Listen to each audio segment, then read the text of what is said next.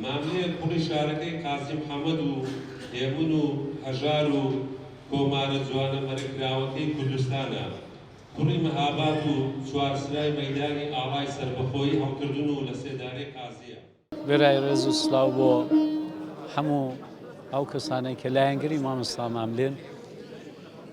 نیشتمانیمە پێی زانیەوە کە هونەرمەندان ڕاگررتنی زمان و فۆلکلۆر و موسیقای ئەو نیشتمانەیان بە ئەرکی سەرشانیە.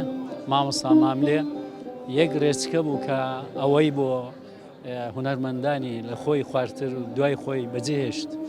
هەر بۆ بۆنەوە لە ڕانیە لە قەڵاتزێ لە هەولێر لە سلەیمانیەوە لە شارەکانی ڕۆژهەڵاتی جاریوە ڕێز دەگرن لە ساڵیادی مامۆستا ماملێدا.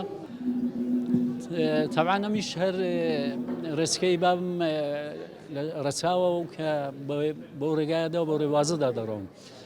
من بخۆم 50 گۆرانیم داناوە فقط 2 گۆرانیان مامۆستا ماملێ کوتوێتی چۆنیدی سنی بەرەو بانێک بوو نەخۆشیەکەی بوو.